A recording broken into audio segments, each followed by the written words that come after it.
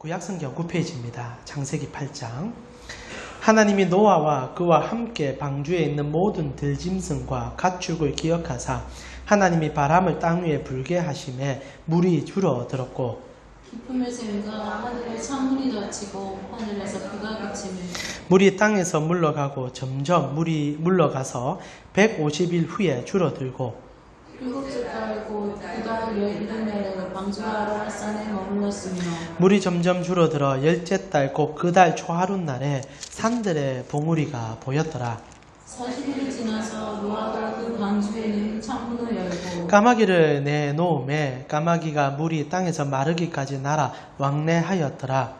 그가 또 비둘기를 내놓아 지면에서 물이 줄어들었는지를 알고자 하니 온 지면이 물이 있으므로 비둘기가 발 붙일 곳을 찾지 못하고 방주로 돌아와 그에게로 오는지라 그가 손을 내밀어 방주 안 자기에게로 받아들이고 또 7일을 기다려 다시 비둘기를 방주에서 내놓으며 저녁 때에 비둘기가 그들에게로 돌아왔는데 그 입에 감람나무 새 잎사귀가 있는지라 이에 노아가 땅에 물이 줄어든 줄을 알았으며 또 7일을 기다려 비둘기를 내놓으며 다시는 그에게로 돌아오지 아니하였더라. 601년 첫째 달 곧 그달 초하룻날에 땅 위에서 물이 거친지라 노아가 방주 뚜껑을 제치고 본즉 지면에서 물이 거쳤더니 둘째 달 20일의 날에 땅이 말랐더라. 아멘. 오늘 주님과 함께함이 복이라는 점을 가지고 우리 노아 말씀 저번 주에 이어서 우리 셋째 주 같이 듣도록 하겠습니다. 여러분 디즈니표 만화 영화를 보신 적이 있으십니까? 아마 대부분 계신 분들은 한 번쯤은 다 보셨으리라 생각합니다. 디즈니 만화 영화를 보면은 요즘 좀 달라졌지만은 옛날에 뭐 백설공주 그리고 신데렐라 뭐 여러 가지 공주표 만화 영화를 보면은 언제나 엔딩은 다 비슷합니다. 뭐 환경은 조금 다를 수 있지만은 뭐 라푼젤 이런 영화도 그렇고요. 만화 영화도 언제나 공주가 나중에 공주는 아닐지라도 어떤 여자가 왕자를 만나서 화려하게 결혼식을 하면서 모든 스토리는 마무리됩니다. 근데 여기에 조금 이제 넌센스가 있다 생각합니다. 디즈니 작가들의 그들은 인생에 있어서 가장 아름다움을 결혼식으로 묘사했던 것 같습니다. 그래서 어떤 한 여인이 왕자를 만나서 결혼하며 그것이 가장 인생에서 아름다운 시기라고 본 것 같아요. 그러나 실제로 결혼은 시작일 뿐이지 않습니까?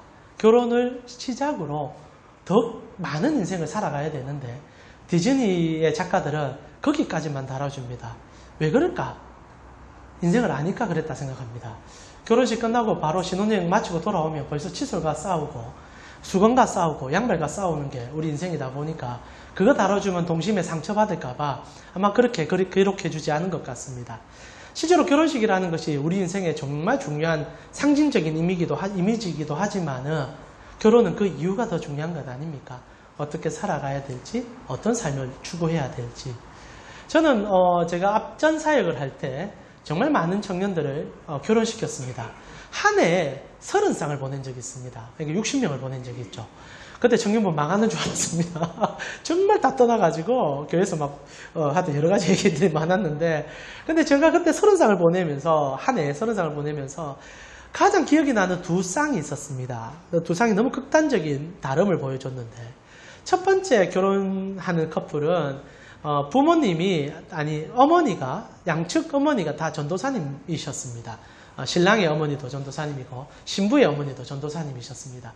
그러니까 둘이가 결혼을 하는데 이 신부가 이 결혼식에 대한 환상이 너무너무 컸습니다. 그러니까 이제 결혼식을 하고 싶은데 당시 교회가 이 강당을 빌려서 드리는 예배 초소였기 때문에 아무리 인테리어를 잘 꾸며도 이쁘지가 않아요. 그러니까 이제 신부의 로망인 이 결혼식에 강당에서 자기가 사람들을 초대해서 한다는 것이 마음에 썩 들지 않은 것 같습니다. 그래서 가감한 결정을 했어요. 물론 저는 그것은 중요하지 않다 생각합니다. 예식장 할 수 있습니다. 예식장을 정했는데 문제는 어머니 측에서 문제가 난 겁니다. 양측 어머니가 그래도 너가 믿음의 자녀인데 그래도 너가 사역자의 자녀인데 교회에서 해야지 라고 얘기가 나온 겁니다. 신랑이 중에 신부 측 어머니께서는 딸의 얘기를 들어줬습니다. 그래도 우리 딸이 평생에 한 번 하는 결혼인데 축복하면서 어느 곳이든 하든 관계없다. 그러나 신랑 측 어머니가 문제였어요. 그 어머니께서 그 교회 여전도사님이셨습니다. 그러니까 자기 교회에서 해야 된다는 마음이 좀 있었던 거예요. 그러다가 이제 신랑이 벌어지는데 야, 이 고래 싸움에 새우 등 터진다고 제가 그 사이에 개입이 돼버렸습니다. 저는 그 어디서 결혼하든 상관없었는데, 이 이제 신부와 신랑이 제 이제 제자들이니까, 이제 제가 자주 만나서 얘기하면서 자기들은 엄마에 대한 답답함이 있었고, 엄마는 또 자녀들에 대한 답답함이 있다 보니까 제가 그 사이에 어떻게 해야 될지 몰랐어요. 그러면서 저는 목사로서 그냥 단순한 충고를 하나 해줬습니다. 결혼식은 지나가는 것이다. 물론 너의 삶에 너무나 중요한 하이라이트 같겠지만 인생 살아본 선배로서 지나가는 것이고 가정이 결합하는 것이기 때문에 이왕이면 어머니 말을 좀 들어주면 어떻겠니? 야, 그 뒤로 두 사람이 칼을 저에게 들이대는데 사람이 싹 바뀌었어요. 얼마나 저를 미워하는지. 특히 우리 자매님은 저하고 거의 2달을 연락을 안 합니다. 전화를 해도 전화도 안 받고. 내가 너무 답답해서 어머니한테, 이제 신랑 측 신부 측 어머니한테 저희 답답함을 토설합니다. 전도사님, 이게 아니지 않습니까? 오해입니다, 오해. 전혀 그렇지 않습니다. 저는 어디에도 해도 관계없습니다. 얘기해도 못 알아듣는 겁니다.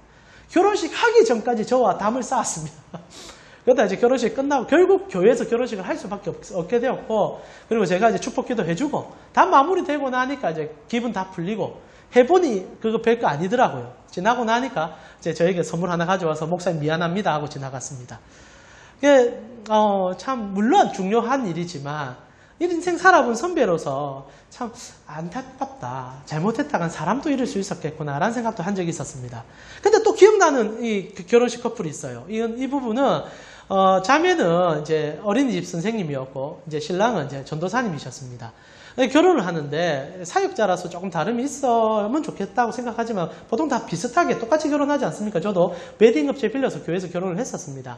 근데 이 커플은 정말 독특했어요. 웨딩업체를 아예 알아보지 않았습니다. 두 사람이 같이 교회를 꾸민 거예요. 그리고 자기들이 다 이게 준비하고 뭐 이렇게 몇 가지 해서 다이소에서 산 것 갖고 꾸며가지고 그냥 교회 세팅되어 있는 거 몇 개 가지고 예배를 드린 겁니다. 결혼식 예배. 그리고 다 끝났어요. 그래서 제가 물었습니다. 도대체 얼마 들었노? 그때 저에게 얘기를 한 2, 30만 원 들었다 얘기하더라고요. 깜짝 놀랐습니다. 아무리 못해도 결혼식에 적어도 100만 원이 들어갈 건데 많이는 뭐 수천만 원 들어가는 결혼식인데 그 친구도 그렇게 들여서 결혼한 거예요. 그래서 제가 야 후회 안 되나? 너무 빈약하잖아. 왜요? 왜 빈약해요? 우리의 주인이 하나님이신데. 근데 깜짝 놀랐어요. 내보다 신앙이 좋은 전도사님을 만난 겁니다. 그래서 야 너가 똑똑하다. 그래 너희는 무슨 생각했냐 물으니까 이렇게 얘기하는 거예요. 결혼식에 쓸 돈을 저희가 돈이 없어서 그렇게 웨딩업체를 안 낀 게 아닙니다. 저희가 돈이 없어서 그런 게 아니라 그 돈을 가지고 앞으로 우리가 살아가는 삶에 더 귀하게 쓰고 싶습니다.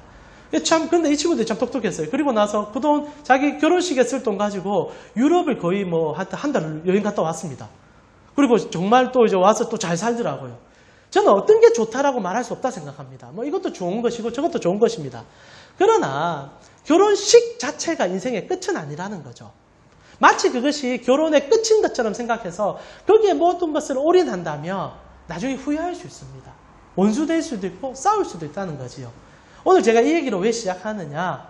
오늘 성경에서 노아의 얘기가 이 결혼식의 얘기와 삶의 얘기로 우리에게 진행되기 때문입니다. 사랑하는 우리 가운데 여러분 오늘 노아 얘기를 보게 됩니다. 그리고 가장 하이라이트 얘기를 보게 되죠. 불신자라도 교회를 다니지 않은 분들도 노아 얘기는 대부분 다 합니다. 하나님께서 물로 세상을 한번 심판하셨고 그리고 그때 배 하나 만드셨다. 그래서 뭐 방주서라는 어느 곳에다 있듯이 방주 얘기는 다 합니다. 오늘 우리는 그 얘기 보고 있어요. 근데 오늘 노아가 방주에 들어갑니다. 방주에 들어가서 살아나요. 근데 하나님께서 왜 하필 방주를 만드셨고 그리고 노아 그 가정을 배에 집어넣으셨냐라는 것을 우리는 질문해야 됩니다. 왜냐하면 우리는 믿는 사람이니까. 단순히 하나님께서 배 하나 만들어줘서 노아 가족 살아줬다라고 보면은 성경 전체 문맥을 이해할 수 없게 됩니다. 왜냐하면 이 방주는 성경에서 한 번 더 나오기 때문입니다. 여러분 오늘 우리가 쓰고 있는 이 방주라는 단어, 이 배라는 단어는 테바라는 히브리 단어를 쓰는데요. 이 단어는 성경에 단 한 번 더 쓰입니다. 그때 언제냐면 여러분 혹시나 잘 아시는지 모르겠는데 모세라는 인물이 하나 있습니다. 그 모세가 태어났을 때 이 파라오가 너무 이스라엘 백성들이 이집트 땅에서 너무 많아지니까 이 종살이하고 있을 때니 기분이 나쁜 거예요. 잘못했다간 이렇게 구테타도 일어날 것 같고 두려워서 태어난 지 8일 이하의 영아들을 다 죽여라라는 명령을 내린 적이 있습니다. 그때 모든 아이들이 비참하게 나일강에 떨어져 가면서 죽을 때가 있었어요. 그때 하나님께서 이 모세라는 아이를 특별히 사랑해 주시고 그리고 그의 어머니 요게벳에게 마음을 주셔서 이 나무 상자를 하나 만들게 합니다. 그때 그 나무 상자가 히브리어로 테바라고 되어 있습니다. 그러니까 이 모세 오경에 나오는 창세기와 이 출애굽기에서 그리고 하나님은 이 두 가지 다른 사건이지만 같은 주제를 가지고 우리에게 보여주고 싶다는 거예요. 실제로 여러분 방주라는 것을 우리가 좀 보게 되는데 방주는 심플한 것을 우리에게 가르쳐 줍니다. 거기 들어가면 산다. 노아의 가족들이 물론 자기가 만든 방주긴 하지만은 모두 다 세상 사람들이 죄로 인하여 물로 썰려가서 다 죽게 됩니다. 근데 그 가족이 그 나무 배 안에 들어가니까 살게 되는 거죠. 사는 것에 끝난 것이 아니라 그 배에서 나오니까 하나님의 사람이 돼서 세상을 바꾸는 일꾼이 되었다는 겁니다. 이게 테바예요. 테바는 생명을 지켜주고 그러니까 죽어야만 되는 인생인데 다시 살려주고 살려준 인생 소명져서 일꾼 만드는 배예요. 모세도 똑같습니다. 모세도 테바에 들어갔어요. 자기는 모르고 들어갔어요. 근데 하나님 지켜줍니다. 그리고 그 테바에 나오자마자 40일 왕궁 생활하고 40일 광야 생활하고 그리고 마지막 40년은 이스라엘 백성들을 위하여 하나님의 도구가 돼서 쓰임 받습니다. 그래서 테바는 언제나 같은 목적을 갖고 있어요. 죽어야 되는 인생 살려주고 살려준 인생 하나님 소명줘서 하나님 일꾼 만드는 작업 그것이 테바입니다. 그랬을 때 성경을 어느 정도 본 우리 사랑하는 지체들은 테바 보면 이해할 한 가지가 떠올라야 됩니다. 같은 나무이지만 또 다른 나무 예수 그리스도의 십자가의 나무 나무에 들어간 자가 생명을 구원했습니다. 그리고 소명받아 다시 살아납니다. 우리도 같은 나무에 들어가 그 나무 때문에 살고 그 나무 때문에 새 인생을 다시 돌아갑니다. 십자가의 나무. 성경에서 나오는 모든 이런 하나님의 구원의 방법들은 예수 그리스도를 보여주고 그의 십자가를 보여주는 예표라고 얘기하지요. 오늘 그런 관점에서 우리는 이 노아 방주를 먼저 봐야 됩니다. 노아의 방주는 단순히 배로서 사람을 살린 것이 아니라 그의 아들 독생자께서 인류를 어떻게 구원할지를 그가 어떻게 나무에 달려서 우리를 가슴에 품고 새 생명 주는 줄을 구약의 그림자처럼 보여준 사건이에요. 그래서 테바는 예수로 기결되게 되어 있습니다. 방주는 예수로 끝나게 되어 있어요. 그런데 성경에 재밌는 것이 있습니다. 오늘 여러분과 제가 봐야 되는 것은 이들이 방주에 들어가는 순간 무엇을 했냐는 겁니다. 방주는 이 모세나 이제 노아에게 있어서는 그렇게 깊은 인식을 주진 않은 것 같지만 실제로 그들은 방주에 들어가는 순간 하나님은 강제적으로 그들과 언약을 맺은 겁니다. 나중에 우리가 보겠지만 노아가 방주에서 나왔을 때 예배드립니다. 그때 하나님이 언약의 결과를 얘기해줘요. 너희가 땅에 풍성해질 것이고 땅을 정복하고 다스릴 것이며 아담에게 주셨던 약속을 다시 노아에게 줍니다. 계약이에요. 테바는 계약입니다. 나무를 통하여 피 흘림으로 계약 맺는 겁니다. 결국 그래서 노아가 나왔을 때 피제사 드리고 십자가의 은혜를 찬양하고 언약 속에 들어가죠.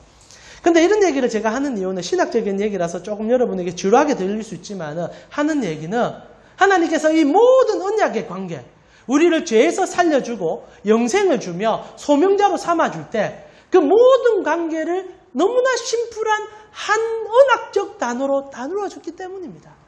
그게 결혼이에요. 성경은 우리의 모든 이런 언약적 관계를 결혼으로 묘사합니다.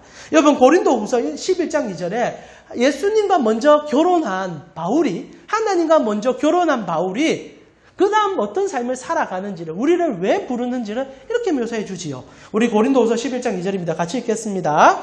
내가 하나님의 열심으로 너희를 위하여 열심을 내노니 내가 너희를 정결한 자녀로 남편이 그리스도께 드리려고 중매한다. 먼저 결혼한 바울이 이제 우리를 중매장이로 삼는다. 자기가 중매장이가 됐다는 겁니다.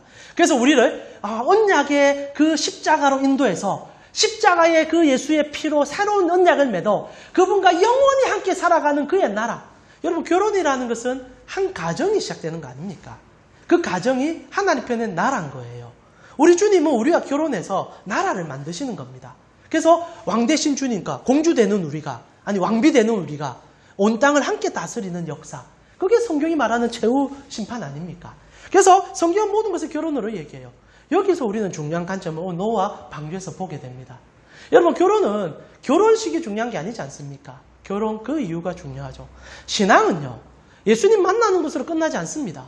만약 우리가 예수 만나서 구원받았다로 끝난다면 우리 그냥 하나님 앞에 올려가면 제일 심플합니다. 근데 예수님 안 그래요. 오히려 일찍 부른 자들이 복된 것은 주님과 결혼 생활을 더 이 땅에서 오래 누릴 수 있기 때문입니다. 성경은요, 우리가 신앙생활 자체가 구원의 여정이다라고 가르쳐 줍니다. 구원의 완성은요, 만난 순간이 아니에요. 우리 생이 끝나는 그날이에요. 함께 살아가면서 마치 부부가 결혼식 안에 하이라이트를 터뜨리고 난 다음에 서로가 서로를 알아가는 그 과정이 있듯 신앙생활도 살아가는 과정을 우리에게 제시해 주죠. 혹시 여러분 오늘 그런 관점 속에서 여러분과 제가 보고 있는 본문이 매우 생소하게 다가오신 분 혹시 계십니까? 방금 우리가 짧은 시간 성경을 읽었는데 여러분 오늘 노아 이 홍수 딱 읽는데 이상하다. 하나님 바뀌었다. 하나님 변했다라는 거 느낀 거 있습니까?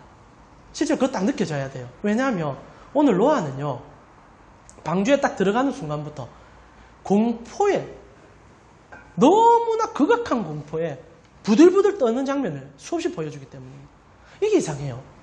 여러분 방주는 하나님과의 언약의 장소고 결혼식이고 그리고 영원한 생명으로 들어가는 여정인데 노아는 방주에 들어가는 순간부터 하나님 때문에 너무너무 공포스러워합니다. 여러분과 제가 읽은 이 얘기는 진짜 그냥 공포의 얘기를 읽은 거예요. 여러분 짧은 구절이지만 8장 6절부터 12절을 보면 읽지는 않겠습니다. 그냥 눈으로 쫙 보시면 노아가 3번에 걸쳐서 새를 하늘로 날려보냅니다. 이 땅에 방주가 떠 있었을 때 적어도 1년 가까이 배가 떠 있게 됩니다. 그리고 물은 이 땅에 한 150일 정도가 창이라고 40일, 40일 정도가 비가 내리고 비가 빠지는 기간을 포함시킵니다. 근데 재밌는 것은 노아가 방주에 있는 동안 한 번도 마음에 편안함이 없이 있었다는 겁니다. 물이 빠져나가는데 제일 먼저 그가 하는 행동이 뭐냐면 비둘기를 하늘로 보내요. 이전에 어떻게 여러분 느낀지는 모르겠지만 창문이 딱 하나 있습니다. 그 창문가로 비둘기를 딱 보내요. 비둘기가 돌아오지 않습니다. 노아가 그 다음에 까마귀를 보내죠. 안 돌아옵니다. 여러 가지 해석을 합니다. 까마귀가 고기 뜯어먹다 안 왔다, 부정한 짐승이다. 그건 아니거든요. 그 해석 중요하지도 않습니다. 그 새들이 뭐 했냐 하나도 중요하지 않습니다. 한 가지가 중요해요. 노아의 마음입니다. 까마귀 보냈어요. 안 돌아옵니다. 그러자 얼마 지나지 않아 그 다음에 비둘기 보냅니다. 보냈는데 새 감람나무 잎을 물어봐요. 이거 굉장히 상징적인 얘기입니다. 감람나무는요, 해수면 어느 정도가 되어야만 자랄 수 있습니다. 그러니까 이제 물이 어느 정도 빠졌는지를 노아가 아는 거예요. 노아는 농사꾼이었습니다. 알았어요. 그런데도 또 보내요. 안 돌아옵니다. 그런데 문 밖에 안 나가요. 창밖을 엽니다. 다 물 빠진 거 봐요. 그런데도 안 나갑니다. 계속 기다려요. 왜요? 너무너무 무서우니까. 핵심은 무서움입니다. 너무 무서운 거예요. 여러분 만약에 한번 생각해 보세요. 노아가 하나님을 신뢰하고 든든함이 있고 그리고 하나님께서 그에게 직접적인 얘기들을 해주고 있다면 새 보낼 이유가 없습니다. 실제로 이 공포의 모든 핵심은 하나님 때문이에요. 방주에 딱 들어가는 순간 성경은요. 하나님이 아무 말을 안 하신 겁니다. 적어도 1년 동안 침묵하셨어요. 노아는 미칠 것 같았을 겁니다. 실제로 노아가 120년 세월을 살면서 하나님과 깊은 교제가 있었기 때문에 그는 견딜 수 있었습니다. 우리 저번 주 설교였지요. 그가 맥시멈 120년 방주를 만드는 동안 그가 떠나갈 수 있는 순간도 하나님은 붙잡아줬고 결정적으로 하나님은 모든 것을 다 해줬습니다. 동물을 모아오기도 했고 그리고 방주의 문을 닫아주기도 했고 그리고 그 열악한 상황에 먹을 것 입힐 것 다 줬어요. 방주에 채울 곡식까지 다 하나님이 엎어줬습니다. 하나님은 언제나 섬세하게 노아와 함께 해줬고 가장 절박할 때 노아의 음성을 들어줬고 노아에게 그 놀라움을 보여줬어요. 그런데 방주에 딱 들어갔어요. 결혼식 끝났어요. 그래서 하나님은 이제 더 이상 말을 안 합니다. 마치 이때까지 속인 것처럼. 여러분 결혼하고 속은 부인들이 얼마나 많습니까? 저는 제가 앞전에 사역할 때 우리 여전사님이 남편에게 속아가지고 그 속은 게 신앙 때문에 속았어요. 결혼식 하기 전까지는 적어도 한 3년 교회 열심히 나와줬어요. 얼마나 열심히 나와주는지 그 여자의 마음을 사고 싶어서 딱 결혼식 하고 나자 2번 다시 교회를 안 오더라고요. 진짜 2번 다시 교회를 안 왔답니다. 그래서 우리 전사님이 얼마나 그때 상처를 받았는지 가자 해도 끝났다 이거죠. 너는 이제 내 여자야. 내 마음대로 할 거야. 그러다 인생 스나친 고난의 세월을 지나다가 그리고 이제 최근에 다시 온 우리 그 남편을 제가 그 교회에 있을 때 한번 봤습니다. 여러분 사람요 딱 바뀌더라고. 오늘 근데 하나님이 그러고 있는 거예요. 하나님이 노아 방주 딱 들어오자 이 싹 닦아요. 모른 척 하는 거예요. 노아는 미칠 것 같아요. 지금 그 어떤 때보다 공포스러운 시간입니다. 하늘에서 번개가 치고 위에서 밑에서 막 물이 쏟아져 나오고 우르쾅쾅하고 배는 막 요동치고 뭐가 있습니까? 아무것도 없고 창 하나 있는데 창을 열면 어두캄캄하고 모든 것이 무너지는 것 같은데 하나님은 말도 안 하고 짐승들은 소리 지르고 가족들은 우아우아 일하고 있고 처음에 모여서 기도할 겁니다. 하나님 어떻게 돼야 됩니까? 하루 이틀 10일 20일 말이 없어요. 그 전에 만약 하나님이 말 안 했다면 이해합니다. 그 전에 그렇게 친밀하셨는데 그렇게 따뜻하셨는데 배에 들어가는 순간부터 입 닫은 하나님을 어떻게 이해합니까? 그러자 노아가요. 감정이 폭발해서 새를 막 보내기 시작하는 거예요. 와 이제 어떻게 해야 되노? 물은 빠지고 있나? 지금 무슨 일이 일어나고 있노? 이 문도 잠기니 못 나간다. 좀 가봐라. 여러분 이게 무슨 일이냐라는 거죠.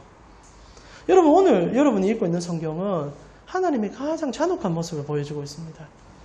다 이루어준 것 같았는데 이제 기껏 살려준 것 같았는데 그 순간 입 딱 닫아버리고 아무 말도 안 하시는 침묵의 하나님. 실제로 우리가 신앙 여정을 살다 보다 이런 하나님 참 많이 만납니다. 내가 좋을 때는 그렇게 잘해주는 것 같았어요. 그러나 인생의 고난의 터널에 딱 던져졌을 때 갑자기 하나님이 입을 다물어버립니다. 말도 안 해요. 세월이 조금 더 지나면 하나님 답해주겠지. 답을 안 합니다. 1년이 지나갑니다. 하나님은 손이 보이지 않아요. 분명히 다른 것은 다 해준 것 같았는데 왜 이 문제만은 들어주지 않는지 고통 속에 신음하는 신앙생활을 해보지 않았습니까? 그런 여정을 우리가 살아갈 때가 참 많았죠. 그러나 사랑하는 우리 가운식구 여러분, 하나님은 침묵하셨지만 성경은 우리에게 얘기해 주기를 하나님은 일하고 계셨습니다.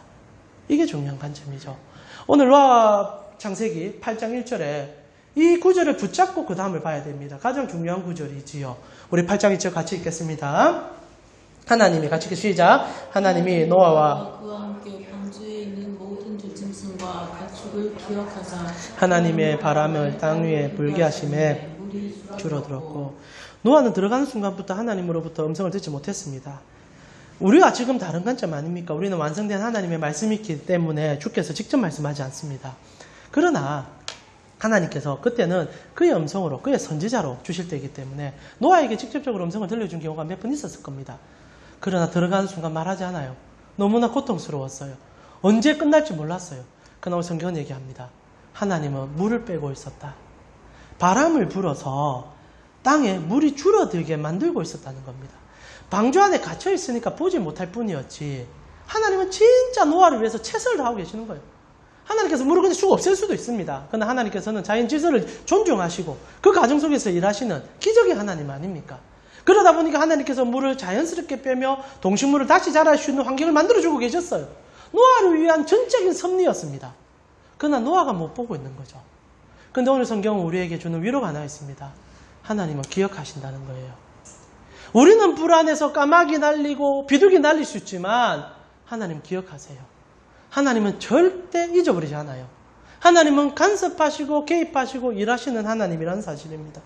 하나님이 지금 노아에게 원하는 게 뭔지 아십니까? 노아에게 말할 수 있었어요. 아니다. 나 물 빼고 있다. 조금만 기다려. 근데 왜 말하지 않았을까? 사랑 우리 가우식구 여러분, 신앙은 하나님과의 신뢰를 쌓아가는 과정이기 때문입니다. 이게 정말 중요합니다. 하나님께서 노아와 결혼을 했습니다. 여러분 신혼부부가 신혼의 삶을 끝내고 나서 그 다음부터 시작되어야 되는 것은 딱 하나예요. 신뢰예요. 신뢰. 이제 나는 이 남자를 신뢰하고 나는 이 여자를 신뢰하는 겁니다. 세상에 얼마나 많은 유혹이 있고 많은 풍파가 있습니까? 그 모든 것에 우리가 관심을 두고 불안해하며 결혼생활 못합니다. 의처증 어부증이 왜 생깁니까? 신뢰가 안 되니까. 불안하니까. 그리고 실제로 실수하니까. 그러나 하나님께서는 절대 실수하지 않으시죠. 실패하지 않으시죠. 그러나 그분이 침묵하신 이유는 딱 하나예요. 이제는 진짜 신뢰로 나아가자. 만약 결혼이 꼬린점이고 결혼이 완성이고 그리고 언약이 그냥 끝이라면 하나님 노아 방주 들어가는 순간 노아 방주를 띄울 겁니다. 하늘로 빰빰빰빰 그리고 하늘로 붕붕붕붕 날려줘서 노아 방주 딱 열리면 빰빠레 천사들이 삥삥삥 불면서 노아 딱 나오면 막 금목걸이 씌워주고 노아 수고했다 이제 천국에서 영원히 살아라. 근데 그래 안 해요. 하나님은 그게 중요한 게 아니라는 겁니다. 여러분 천국은 뭔가의 물질과 완성의 나라가 아니에요. 천국이 천국 될 수 있는 이유는 딱 하나입니다. 하나님이 계시기에. 지금 이 땅에서 하나님이 천국을 맛보게 해주는 거예요. 노아에게. 하나님을 만나게 해주는. 그런데 노아에게 필요한 게 있어요. 신뢰입니다. 하나님이 노아를 전적으로 신뢰하듯 그래서 먼저 언약을 맺어줬던 신앙의 관계가 성숙하면 성숙할수록 함께 신뢰의 과정을 맺어가야 되는 겁니다. 이게 복이에요. 하나님은 신뢰를 확인합니다. 신뢰를 경험케 합니다. 그리고 전적으로 인도하다가 그 신뢰 가운데 우리를 던지려고 해요. 근데 이게 얼마나 값어치고 가치 있는 삶인 줄 압니까? 실제로 성경을 보면요. 하나님이 어느 날 가장 결정적일 때마다 입 다무는 경우가 많아요. 침묵하는 경우가 많습니다. 가장 먼저 보여주는 게 노아의 사건도 그러하지만 아브라함 사건 아닙니까? 아브라함한테 하나님 어떻게 합니까? 갑자기 어느 날 뜬금없이 얘기해요. 네 아들 이삭을 나에게 번제물로 바쳐라. 그러나 그 중간에 가정들이 더 중요하죠. 아브라함 나이가 120세 되기 전까지 하나님은 얼마나 신실하게 그에게 보여줬는지 모릅니다. 결혼식을 유지하기 위해서 입히시고 먹이시고 모든 것 다 채워줬어요. 신뢰는 쌓일 대로 쌓여갔습니다. 그리고 부부 관계가 여러분 부부라는 것이 여러분 인생을 저보다 더 많이 사셔서 잘 아시겠지만 여러분 말초 감각과 그리고 호르몬으로 사랑하는 게 결혼 생활입니까? 여러분 결혼하기 전까지는 호르몬의 변화에 따라서 연애 감정이 좌지우지됩니다. 맞지 않습니까? 연애하는 커플들 보면은 연애 딱 시작할 때 막 몸에서 원하는 것으로 사랑을 해요. 그러면서 짜릿짜릿한 사랑을 바랍니다. 그러나 언제나 여러분 잘 알다시피 그 짜릿함은 6개월이면 끝납니다. 아무리 강력한 도파민을 내어놔도 6개월 지나면 그 같은 걸로 만족이 안 돼요. 사람의 외향과 사람의 겉모습으로 사랑하는 거 6개월 못 간다는 얘기입니다. 그러면 이때까지 부부 생활을 연속하고 있는 여러분, 아니면 누군가를 지금 또 사랑하고 계신 부모님을 사랑하고 있는 여러분, 뇌에서 주는 호르몬으로 사랑합니까? 신뢰로 사랑하고 믿음으로 사랑하고 견디고 인내하며 사랑해 주는 거 아닙니까? 하나님 그걸 원하는 거예요. 그래서 아브라함에게 가장 결정적일 때 얘기하는 거예요. 네 아들 이삭 나에게 한번 가져오봐. 그리고 나에게 바쳐봐. 못돼 보입니다. 하나님 이해되지 않아요. 근데 그때요 놀라운 일이 일어나지 않습니까? 아브라함이 하나님을 신뢰해요. 신약에는 이렇게 얘기합니다. 만약 내 아들이 그때 번제물로 죽어도 하나님은 다시 돌려줄 수 있는 영광의 하나님입니다. 부활의 영성을 가지고 하나님 앞에 나갔다 얘기해요. 그리고 이제 진짜 불태우려고 합니다. 그때 성경은 이렇게 기록하지 않습니까? 창세기 22장 13절 14절입니다. 우리 같이 한번 읽어보겠습니다. 아브라함이 눈을 들어 살펴본즉 한 순양이 뒤에 있는데 뿔이 숯불에 걸려 있는지라. 아브라함이 가서 그 순양을 가져다가 아들을 대신하여 번제로 드렸더라. 아브라함이 그 땅 이름을 여호와 이레라 하였으므로 오늘날까지 사람들이 이르기를 여호와의 산에서 준비되리라 하더라. 하나님 미리 다 준비해 놓은 거예요. 자기는 자기의 아들을 드리려고 했지만 하나님은 그 전에 벌써 순양을 막 박아 놓고 네가 딱 어떻게 하는지 지켜봤다가 그리고 그 순간 되면 하나님 말기려고 하셨고 그리고 하나님께서 말기신 하나님은 순양을 대신 번제물로 딱 하게 하고 그리고 그 마음을 받아줬다 얘기합니다. 오해할 수 있어요. 뭐 이런 분이 다 있노? 이건 나를 지금 농락한 거 아니가? 나를 시험한 거 아니가? 이런 못된 놈이 어디 있노? 근데 아브라함이 그렇게 말 안 해요. 뭐라 합니까? 여호와 이레라. 무슨 뜻입니까? 미리 준비하신 하나님이라. 신뢰.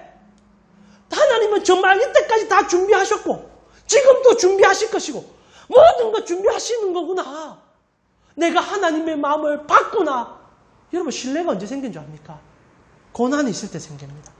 여러분 사람은 언제 믿을 수 있는지 압니까? 가장 어려울 때 믿게 됩니다. 그 사람의 평가는요. 절박할 때 평가가 나요. 돈 있고 좋을 때 있는 친구들 친구 아니잖아요. 내가 어떻을 때 나를 어떻게 지켜줄 때 그때 깊어지듯이 하나님은 우리에게 그걸 바라는 거예요. 다 줘요. 하나님 왜 안 줘요? 하나님 다 알아요. 다 채워줘요. 그러나 하나님 한 가지는 받고 싶어요. 우리 마음, 신뢰의 마음. 내가 너를 정말 생명까지 사랑하는데 너는 나를 얼마나 사랑하니? 이게요. 신과 우리의 관계 속에 일어납니다. 신이 뭐 한다고 우리 얄팍한 마음을 받고 싶어 합니까?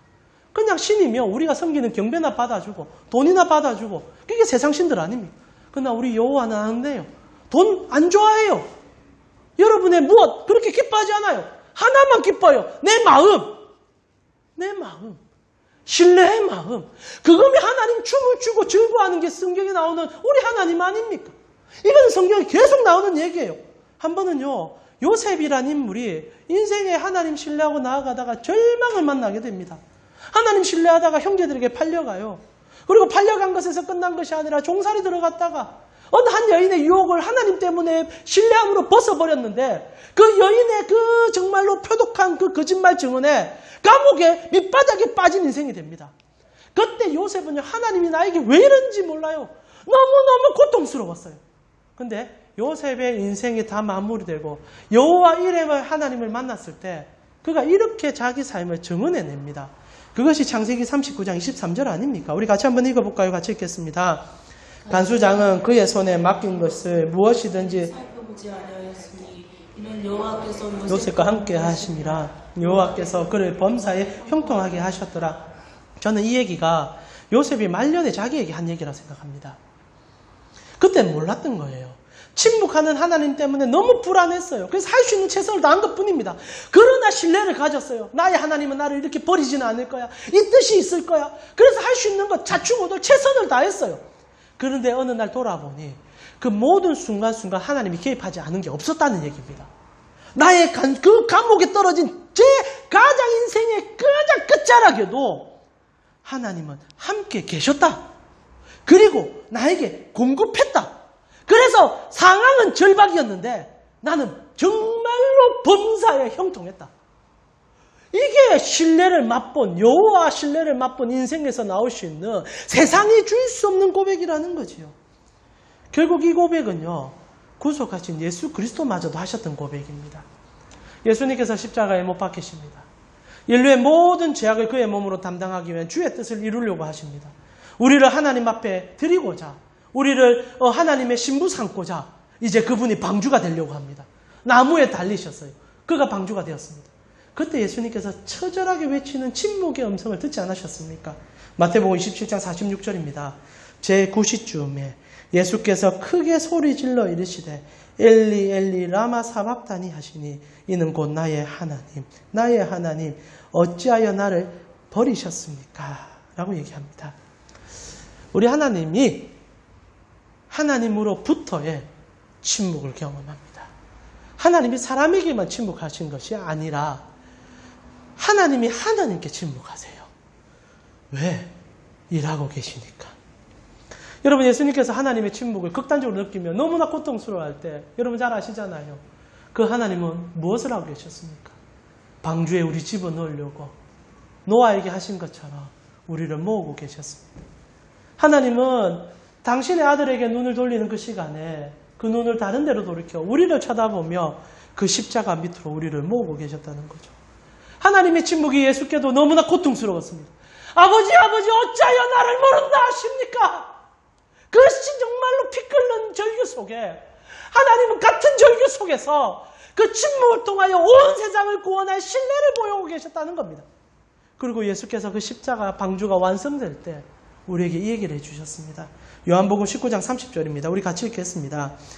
예수께서 신 포도주를 받으신 후에 이르시되 다 이루었다 하시고 머리를 숙이니 영혼이 떠나가시니라. 다 이루었다. 모든 신뢰가 언약으로 완결되었다. 나의 침묵이 세상을 구원하는 도구가 되었다. 때로는 하나님이 침묵하십니다. 때로는 하나님이 침묵하십니다. 왜요? 하나님은 일하기 때문입니다. 그리고 한 가지를 더 원하시죠. 우리의 마음, 그 마음을 보길 원하신다는 겁니다. 그러나 더 중요한 얘기를 하고 싶습니다. 그럴 때 우리는 어떻게 하나님 앞에 신뢰를 보여야 합니까? 저는 노아가 했던 행동들이 그 신뢰의 방향이라 생각합니다. 지금 노아가 까마귀를 날리고 비둘기를 날립니다. 3번에 걸친 비둘기를 막 날리지 않습니까? 그러나 재밌는 것은 이거 정말 쓸데없는 짓이었어요. 여러분, 다 날리면 뭐 합니까? 마지막에 하나님이 얘기해버립니다. 8장 15절에서 16절을 보니까 이렇게 얘기되어 있지 않습니까? 우리 읽진 않았지만 제가 읽어드리겠습니다. 하나님이 노아에게 말씀하여 이르시되 너는 내 아내와 내 아들들과 내 며느리들과 함께 방주에서 나온나? 게임은 끝납니다. 노아가 새 날리고 감람잎 주워보고 그리고 창문 열고 동동 뛰고 그거 전부 의미 없는 행동이 되어버립니다. 하나님 말하자 그냥 끝난 거예요. 근데 여러분 여기서 정말 해석을 잘 하셔야 됩니다. 그럼 노아는 바보 같은 짓을 한 겁니까? 노아는 쓸데없는 짓을 한 겁니까? 그게 아니다라는 거죠. 하나님이 침묵하신 것은 노아의 이 행동을 원했기 때문입니다. 다시 한번 말씀드리지만 방주에 나가는 것이 인생의 끝이었다면 여러분 그런 의미가 없습니다. 하나님 그냥 속삭여주고 말해주면 됩니다. 아니에요. 하나님이 지금 말하는 것은 방주 안에서 일어나는 이 일입니다. 하나님을 신뢰하는 마음, 불안하지만 붙잡으려고 하는 마음. 여러분 방주에서 왜 비둘기를 날렸고 까마귀를 왜 날렸을까요? 하나님은 물을 빼고 있다는 믿음이 있었기 때문입니다. 만약 그런 믿음 자체가 없었다면 날릴 이유도 없어요. 그냥 끝났구나, 자포자기하고 인생 끝났구나, 들어누워서 아무것도 안 할 겁니다. 그러나 노아는 최선을 다했어요. 방주 문도 열어보고 감람나무 잎 받아보면 기뻐도 하고 다시 한 번 더 날려보기도 하고, 그리고 하나님 어디 계십니까? 마음으로 조마조마하지만 신뢰함으로 기다렸어요. 배 안에서 기다렸어요. 그리고 그것이요 하나님 앞에 감사함으로 받아졌다는 겁니다. 여러분 신앙은 과정이요 여정입니다. 노아는 지금 잘 살고 있는 거예요. 노아는 정말 하나님 앞에 복받는 인생이 된 거예요. 왜냐하면 신뢰가 확인되어져 가니까. 이 상황에서 노아가 하나님 음성 들었을 때 마음이 어땠을까요? 저는 아브라함과 똑같다 얘기합니다. 만약 노아가 하나님 앞에 전적으로 다 맡겨드린다라는 말하는 신앙의 맹신을 하면서 들어 누워있다가 말씀하면 좋다고 뛰쳐나갔다. 신앙은 크게 증진되지 않습니다. 여전히 노아는 그냥 아무것도 아닌 가치없는 인생이 될지 모릅니다. 그러나 그는 하나님의 신뢰함을 알았고, 그리고 그도 하나님 앞에 신뢰함을 올려드리며 인생 가운데 갈등과 고민 속에서 주님을 붙잡으려고 달려가는 정말 우리와 같은 신앙의 여정을 살았다는 겁니다. 결국 하나님께서 노아의 그 상황을 받아주시고 그리고 그에게 문을 열어주시고 노아의 인생을 열어주기 시작합니다. 신앙은 결과물을 보고 위해서 달려가는 게 하나예요. 신앙은 여러분에게 뭔가를 얻기 위해서 달려가는 여정이 아니에요. 오늘 주님 손잡는 걸로 신앙은 시작되는 겁니다. 오늘 주님이 여러분을 안다 말하는 그 순간에 여러분이 믿음의 고백을 하는 그것으로 완성되어 갑니다. 이 얘기를 위해서 제가 한 2년 전에도 바울의 얘기를 한번 해드렸습니다. 저는요 바울이 너무너무 부러워요. 부러운 이유는 다른 게 아니라 그가 하나님의 신뢰함과 하나님이 그를 신뢰함이 얼마나 너무너무 멋져요. 그 얘기를 한번 보고 싶어요. 사도행전에 보면은 바울이 2차 전도 여행을 떠나는데 하루는 독특한 일이 한번 생깁니다. 바울이 하나님의 열정을 가지고 아까도 말했지만 중매쟁이 되고 싶어서 온 세상을 뛰어다니고 있어요. 하나님의 마음으로 최선을 다하고 삽니다. 근데 어느 날 소아시아에 복음 전하고자 하는 열망이 생겼어요. 여기서 나오는 아시아는 우리가 살고 있는 동아시아가 아닙니다. 당시 터키 지역을 말하는 소아시아 지역들이죠. 바울이 소아시아에 내가 복음 전하고 싶어서 막 가요. 근데 문제가 생깁니다. 일이 막 막히기 시작하는 거예요. 가고 싶은데 배편이 끊기고 가자 했던 사람이 막 병들어 버리고. 그래서 바울이 어떻게 해야 되노? 이거 어떻게 해야 되노? 막 하고 있는데 그래도 소아시아 가기 위해서 최선을 다합니다. 근데 어느 날 꿈에 하나님이 한 사람을 나타나게 해요. 마케도니아, 유럽에 있는 사람 딱 보여주면서 유럽 사람이 바울에게 이리 와라, 마치 귀신 영화처럼 이리 와라 이렇게 해줘요. 그러자 깜짝 놀라면서 바울이 꿈에 깨고 하는 얘기가 하나님이 나를 유럽으로 보내구나 하면서 가는 얘기가 있어요. 그 사도행전 16장 6절에서 얘기입니다. 제가 한번 읽어드릴게요. 본문 그대로. 성령이 아시아에게서 말씀을 전하지 못하게 하시거늘 그들이 부르시기아와 갈라디아 땅으로 다녀가 무시아 앞에 이르러 비두니아로 가고자 애쓰되 바울은 계속 아시아 지역에 어떻게 하든 가고 싶었어요. 근데 길이 좀 막힌 거예요. 이때는 하나님이 막았는지 몰랐어요. 그러나 예수의 영이 허락 안 했어요. 그러니까 아직까지는 바울이 하나님이 어떻게 하는지 모르고 있었다는 얘기입니다. 근데 무시아를 지나 드로아로 들어가요. 그럼 여전히 바울의 마음은 아시아에 있는 거죠. 이게 문제가 있다는 게 아니에요. 때로는 우리가 하나님이 원하는 방향과 다른 방향 갈 수 있어요. 근데 하나님이요 그걸 좋아해요. 지금 문제는 여러분 그거 잡아야 돼요. 하나님이 네가 내 원하는 방향 안 가지? 이 못된 놈 이래 안 한다는 거예요. 잘못 갈 수 있어요. 근데 가는데 하나님께서 사장을 좀 막아줘요. 하나님 정말 인격적이에요. 방향을 사사사 틀려고 해요. 근데 바울의 이 보통 자존심, 바울 알잖아요. 기질이 보통이 아니거든요. 모소의 뿔처럼 박는 사람이에요. 그러니까 막 뛰어가니까 하나님이 처음 막아보니까 잘 안 되니까 이제는 꿈으로 일합니다. 9절에 보니까 밤에 환상이 바울에게 보이니 마케도니아 사람 하나가 서서 그에게 청하여 이르되 마케도니아로 건너와서 우리 좀 도우라. 그래서 깨어나서 바울이 인정합니다. 와, 하나님이 유럽 부르는구나. 바울이 그 환상을 보았을 때 우리가 곧 마케도니아로 떠나기를 힘쓰니 하나님이 저 사람들에게 복음을 전하라 우리를 부르신 줄로 인정하라. 지금 하나님 안 나타났습니다. 하나님 말하지 않았어요. 그는 하나님의 뜻을 알고 이제 쫓아가기 시작하죠. 여러분 바울이 왜 부른 줄 압니까? 이 신뢰. 여러분 우정 아닙니까 지금? 이걸 우정이라 부르는 거 아닙니까? 친구가 잘못 갑니다. 직접적으로 얘기도 해봅니다. 잘 안 됩니다. 그러면 다른 것을 얘기해 줍니다. 그래도 잘 안 들어요. 그래서 나중에는 정말로 극단적인 상황을 써서 내가 뭐 할 수 있는 것 또 맡기도 하고 좀 부르게 해서 그래서 이끌어 주는 겁니다. 그리고 나중에 깨닫게 되었을 때 나아가는 거 아닙니까? 한 번은 제가 그런 얘기 봤어요. 차인표가 어떤 이제 연예인과 이렇게 교제를 하는데 그 사람이 이제 빚이 너무 많아져서 이제 도박빚으로 망하게 되었어요. 그래서 가장 절친인 차인표에 찾아가서 내 빚 좀 갚아달라 얘기하는데 차인표가 거절했다 하더라고요.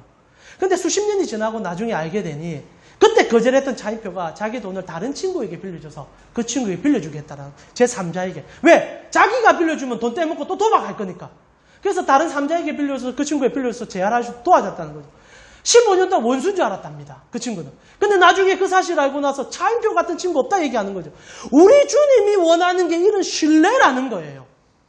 바울이 자충우돌 합니다. 그건 하나님이 알아요. 이 마음의 중심이 어디로 있는지. 나를 위해서 달려가고 있는지. 아직은 덜 여물었습니다. 더 부족합니다. 그런데 하나님은 그 바울 바꿀 수 있는 분이에요. 바울 이끌어갈 수 있는 분이에요. 그래서 하나님께서 그와 함께 가는 과정 속에서 손가락을 같이 끼고 있는 거 아닙니까? 신앙이 이래서 멋진 거예요. 신앙이 이래서 행복한 거예요. 여러분 하나님과 함께 가며 단순히 우리가 돈 받기 위해서 성공하기 위해서가 아님을 기뻐하세요. 하나님이 여러분과 함께해서 하나님 나라를 가르쳐주고 싶은 게 이 신앙의 축복이에요. 오늘 바울에게 그리하셨어요. 노아에게 그래서 침묵하신 거예요. 노아에게 입으로 말 안 합니다. 왜? 나를 한 번 더 신뢰하고 한 발짝 내딛자. 그리고 내딛어 봅니다. 그럼 놀라워요. 내 발디딜 곳이 없을 줄 알았는데 하나님이 자신의 몸으로 나무가 되어 길을 내어준 십자가의 은혜가 거기 있음을 보게 된다는 거지요. 여러분 신앙은요. 보이지 않는 것을 보는 것. 믿을 수 없는 것을 믿는 것. 이것이 여러분 세상이 말하는 와 저기 은금이 있으니 내가 저것을 로또로 당첨되리라가 아니라 오늘을 살아가면서 하나님 내 깍지 낀 손 절대 안 놓는다. 지금 절박하다. 보이지 않는다. 그러나 이 일은 내게 하나님이 필요해서 주신 일이다. 하나님 신뢰한다. 그래서 내가 나아가리라. 그래서 내가 불법을 저지르지 아니하며 내가 불의와 타협하지 아니하며 주님을 신뢰함으로 나아가리라. 나아간 자 여호와 이레를 말하게 됩니다. 그러나 우리가 실수할 수 있어요. 사실 바울도 실수하고 있는 거예요. 여러분 노아도 실수하고 있는 거예요. 까마귀 안 날려도 돼요. 그러나 중요한 것은 날리는 과정 속에서 안 날려도 된다는 것을 깨달아가는 과정이라는 거 아닙니까? 그리고 하나님 앞에 어떻게 나아가야 될지를 아는 과정들 아닙니까? 신앙은 그래서 삶이고 경험이고 그리고 궁극적으로 행복이에요. 여러분 만약에 차인표 같은 친구가 여러분에게 있다면 얼마나 행복하겠습니까? 지금 당장은 못 느끼지만 그런 친구 하나만 나에게 딱 있다면 그렇게 두렵지 않을 거예요. 그런데 그 친구가 우리의 신랑되는 예수 그리스도입니다. 그분은 다 줘요. 여러분에게 환란이 주어졌다면 그 환란은 하나님께서 여러분을 통하여 은근 보화보다 더 귀한 거 주기 위함이었어요. 그러나 우리가 그걸 못 보니 실망하고 넘어지는 것. 그러나 하나님 그거 아세요. 그리고 그 사랑을 이끌어주는 우리 하나님이라는 겁니다. 사랑하는 우리 가운식구 여러분, 오늘 혹시나 하나님의 침묵을 경험하면서 교회로 오신 분이 계십니까? 두려워 마셨으면 좋겠습니다. 하나님은 절대 여러분 안 떠납니다. 여러분을 떠날 것 같으면 그의 독생자를 죽이지 않았을 것입니다. 말씀 마무리하면서 우리 한 구절 읽어볼까요? 로마서 8장 32절입니다. 같이 읽겠습니다. 자기 아들을 아끼지 아니하시고 우리 모든 사람을 위하여 내주시니가 어찌 그 아들과 함께 우리에게 주시지 아니하시냐. 여러분 이 사실을 믿으셨으면 좋겠어요. 아들까지 죽기까지 우리에게 주시는 하나님인데 우리에게 안 주게 뭐가 있겠습니까? 근데 지금 안 준단 말입니다. 지금 안 준단 말입니다. 지금 침묵한단 말입니다. 왜 그렇게 하실까요? 왜 그렇게 하실까요? 그걸 알아가셨으면 좋겠어요. 그리고 그걸 아는 순간요. 아브라함보다 더 큰 유레타를 외칠 겁니다. 여호와 이레다. 진짜 하나님 나 사랑하셨구나. 그런 놀라움이 여러분 삶에 가득하기를 바라봅니다. 바울은 그 길을 걸어갔어요. 노아도 그 길을 지금 걸어가고 있습니다. 그리고 여러분 다윗도 그 길을 걸어갔고 다니엘도 그 길을 걸어갔습니다. 여러분 잘 알다시피 다윗 왕은 적어도 10년간 여러분 광야에서 아둘람굴에서 그리고 그가 절박할 수 있는 그 모든 광야 속에서 하나님이 없는 것 같은 생활 속에서 고통 속에 살았어요. 그러나 그가 그 광야의 끝을 봤을 때 한 번도 상상해보지 못한 왕이 되어 있는 것을 자기가 보게 됩니다. 다니엘은 포로로 잡혀갔어요. 이게 무슨 일인가 싶었어요. 그러나 하나님을 향해 보며 신뢰감을 지켰을 때 그는 하나님께서 별과 같이 만들어 온 세상 속에서 하나님은 이런 분이란 것을 보여주는 도구 삼아 주셨어요. 바울은 하나님 앞에 화를 내고 하나님이 싫다고 떠나기도 했고 하나님을 사랑하는 자를 죽였던 자기도 해요. 그러나 다시 한번 하나님 바라보았을 때 그는 그 어떤 하나님과의 관계보다 더 깊은 관계로 들어가 세상에서 가장 빛나는 인물이 되지 않았습니까? 신앙은 이런 놀라운 모든 과정을 우리에게 보여주고 있고 그리고 그것이 우리에게 주어진 하나의 길이라는 겁니다. 사랑하는 우리 가운식구 여러분, 신앙은 신뢰를 바탕으로 한 전진입니다. 신뢰를 바탕으로 한 발디딤입니다. 그리고 그 디딤은 여러분이 생각하는 것보다 더 좋은 것을 주고자 하는 하나님의 열망의 신뢰입니다. 침묵하신 하나님을 신뢰해 주십시오. 왜냐하면 하나님은 신뢰하기 때문에 침묵하시기 때문입니다. 믿기 때문에 말하지 않는 겁니다. 그 하나님께 붙잡혀서 나아갈 수 있는 그 과정으로 가슴 뛰는 그래서 신앙 자체가 행복할 수 있는 여러분 되기를 기도합니다. 이 시간 이 눈에 아무 증거 없어도 우리 찬송가 545장 함께 찬양드리며 하나님이 여러분 편이에요. 그러면 여러분도 하나님 편이 되어 주셨으면 좋겠어요. 하나님이 그것을 원하는 건 아니지만 그러나 그것을 보여줄 때 하나님은 너무너무 기뻐하세요. 우리 찬송가 545장